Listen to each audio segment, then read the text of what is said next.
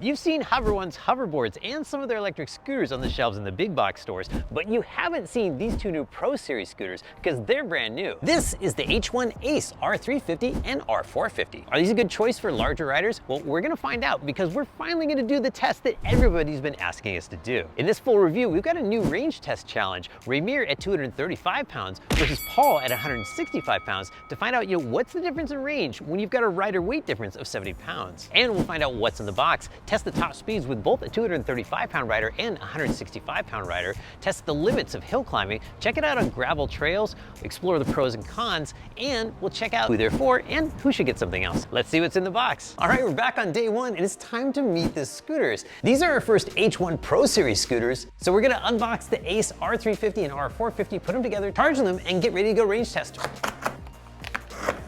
Got the charger, 1.5 amps. For a scooter of this size, 1.5 amps is not bad.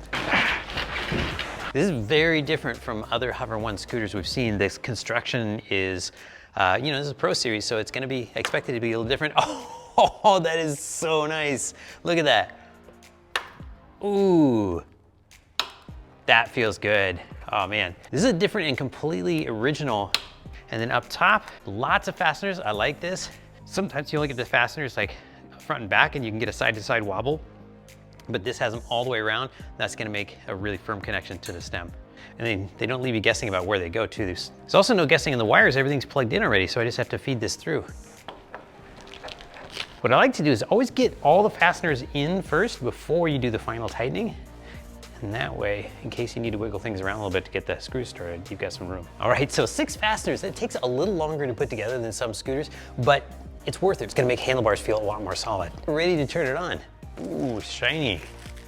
And, oh, that is cool. There's a great animation. Let me do that again.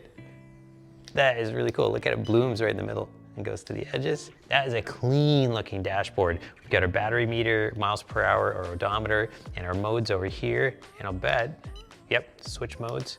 Oh, wow, okay, it's got 4 modes. So it's got a walk mode, eco, drive, and sport. And then, it turns the lights on when you're in walk mode, so people see you coming on the sidewalk. So this is something kind of cool. So if you look on the website right now, and this will probably change, I'll probably be wrong by the time this video comes out, but if you look on the website right now, you see a picture of a scooter that doesn't have a front brake, but the specs for this scooter will tell you differently. And here it is. On the Ace R350, you get a drum brake up front, and you get regen in the back through the motor. And that's all controlled by this one brake lever right here. You also get a little bell. Sounds good. And I'm digging these grips. These are, you don't usually see this on this level of scooter. You see this on bigger, faster sports scooters. It's got locking grips, so they clamp down here, and that way you can set the palm rest wherever you want it and lock it in, and then they won't twist around while you're riding. It's a nice touch. Also have a nicer feeling throttle than we'll see on some basic scooters. This has a nice little rubber pad on it, and it's angled over towards your thumb, so it's comfortable to use. And both the R350 and R450 have this sort of motorcycle style front suspension. Not a ton of travel, but it feels pretty good. And let's see how it folds down. A little stiff at first. It'll probably break in a little bit. And then we've got our big stem to deck latch right here. Let's see how that works. Oh, that's pretty cool. I thought the whole fender was gonna move, but there's like a press in latch right here. And so that just pops out of the way, locks in very securely. And then when you want it out, you just push in right there, pop it up. That's not gonna fall back down while you're trying to latch it. Oh, and new logo on the front. Look at that new H-1 logo. I'll bet only the Pro Series get that badge. Let's check out the 450 now. Looks like the same size charger.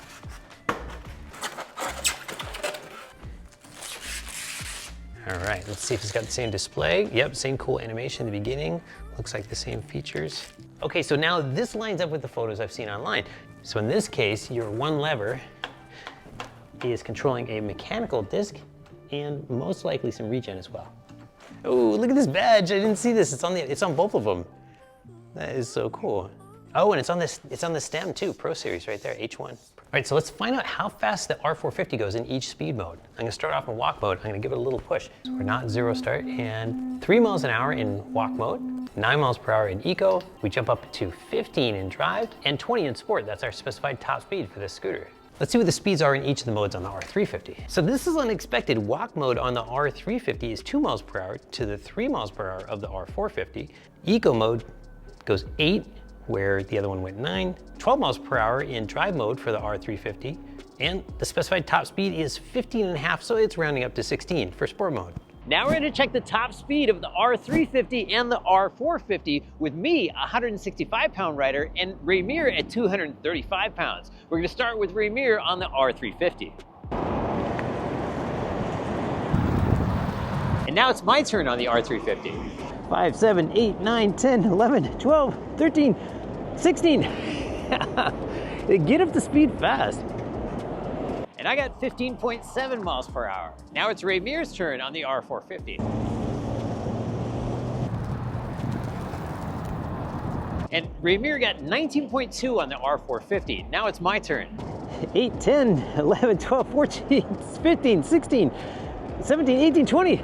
The R350 has a specified top speed of 15.5 miles per hour. Ramir hit the 15.5 and I went 15.7. The R450 has a specified top speed of 20 miles per hour. Ramir went 19.2 and I went 19.9. Now we're gonna test the brakes, R450 versus R350. First up is the 350. It's got a single brake lever at the left grip that controls a drum brake at the front wheel and regen at the rear that helps charge the battery as you slow down.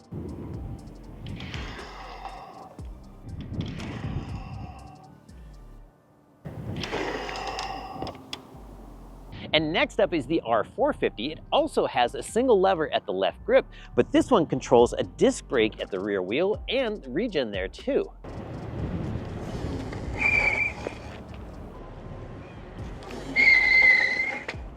All right, 17.6. Wait, didn't I get 17.6 before? I did, 17.6 again. Okay, so it's pretty consistent, just kind of locking up the rear brake. Let me see if I can do it better by almost locking up the rear brakes.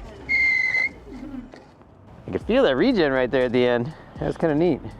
18.1, weird. Okay, so locking it up and getting shorter distance. So the R350 stopped in 13.4 feet to the R450's 17.6 feet. And both of those braking systems are pretty good for scooters of this speed.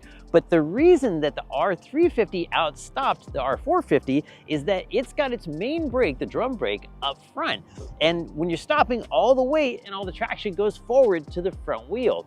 And you've just got more traction there. Whereas on the R450, you got your disc brake out back, but with the weight going forward, there's just less traction available to get you stopped. Both are designed with safety in mind though, so no matter how hard you grab the brake lever on either one, they'll never put you over the handlebars forward. But you do have to grab harder on the R350 with that front drum brake to get full stopping power. Let's check out the specs on the Ace R450 and R350. The 450 costs $599 and comes with a 450 watt rear motor. The 350 has, as you would guess, 350 watts of power and also has a rear motor, and that's $499. They also have different battery sizes. The R450 comes with a 10.4 amp hour battery, it's 36 volts, and the 350 comes with a 7.5 amp hour.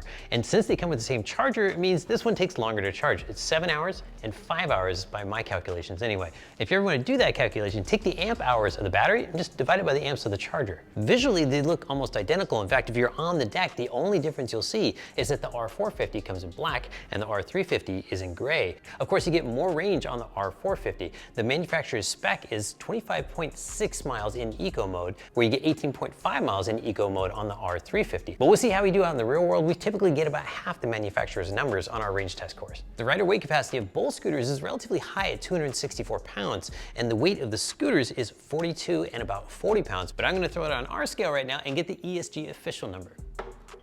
41.8 pounds for the R450 and 39.6 for the R350. Something new that you get with the Pro Series that you don't get with some of the other Hover One scooters is the app. We've got the H-1 Pro Series app. Discovering devices. There we go.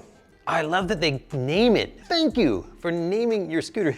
You don't even know how many times we do this and we get like some bunch of squiggly numbers and you don't know what you're connecting to. You might connect to the next door neighbor's fridge when you try and connect to a scooter. There we go. Good, nice looking app.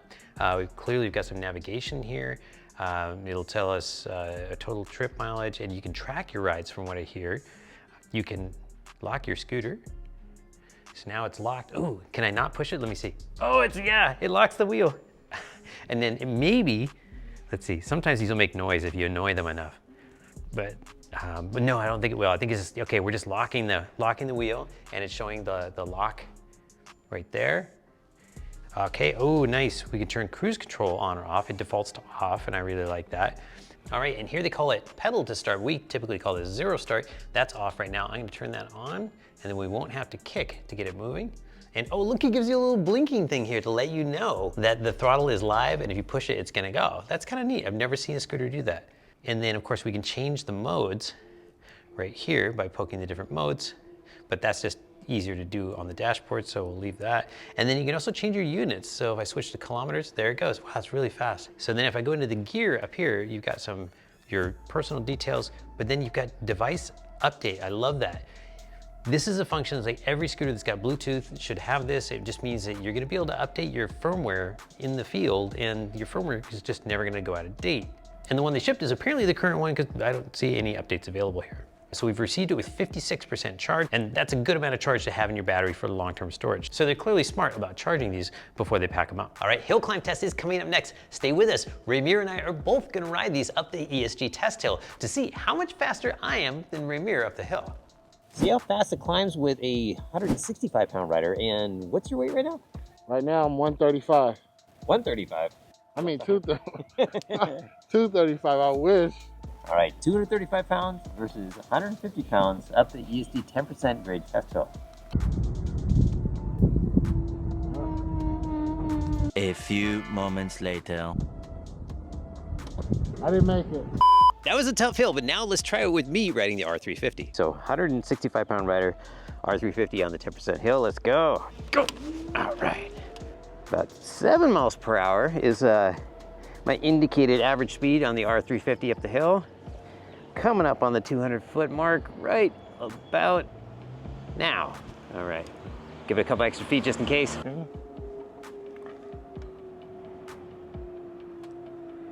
Uh-oh, I'm slowing down, but it's going. Ah, I did it.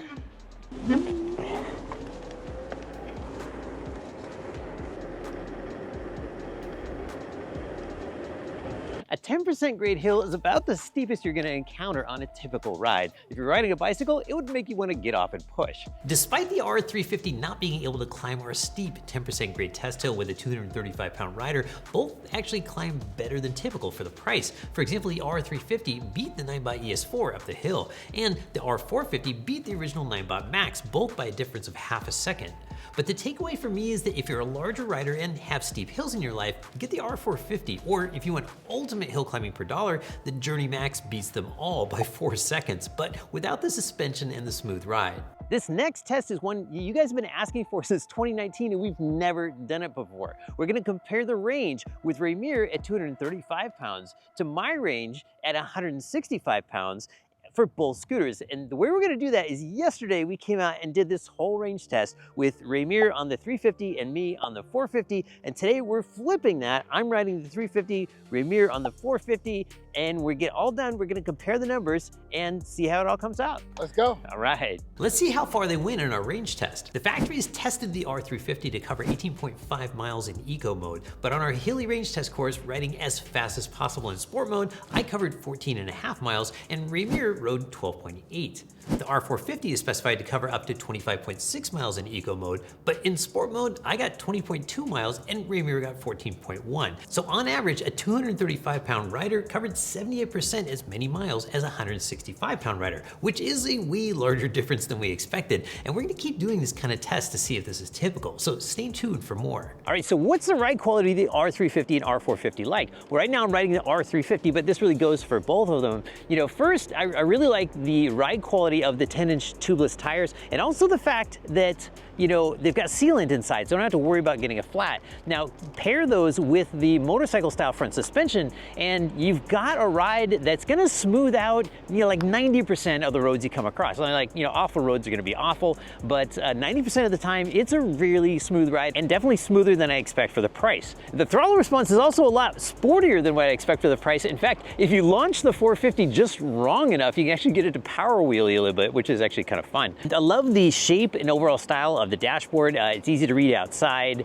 and it's got a great little bell It's nice and polite for operating around pedestrians or bikes. You don't usually see grips like these. Hopefully you can see these. They're locking at both ends so they don't turn, and you've got these huge palm rests. And that seems like a small detail, but trust me, if you do long rides like I do when I do my range test, it makes a big difference, because instead of getting all the pressure kind of coming through your hands in one little spot right here, it's like the big part of your hand is contacting the grip here, and it really spreads things out and makes the grips way more comfortable for long rides. But the one thing I would like to see improved is the stem latch is a little tough to unlatch. Actually, that was not too bad. On the 450, the stem latch is like a little hard to pull open, but a little dab of grease right here would probably sort that out. And it closes really easily and really solidly. All right, so now I'm going 20 miles per hour on gravel uphill. That's not bad. So, single motor scooters like this aren't really made to go in the dirt, but for gravel trails and things, they're really not bad, especially with this front suspension. Let's see if I can get up to top speed, or see how fast I can go. 17, 18, it's getting a little squirrely. Oh, 20. Okay, I'm seeing the indicated top speed on gravel, not bad. Let's see what the brakes are like. Oh, hey, that's not bad at all. All right, let's try a little dirt. It's actually a little smoother, I think, over here on the grass. That's actually pretty good. Oh, I'm gonna do a little skid. I'm not the first one. All right, so this is actually pretty fun on gravel and not bad on the grass over there. All right, 20 miles an hour uphill on gravel, not bad. That's the end. Let's talk about pros and cons for a minute.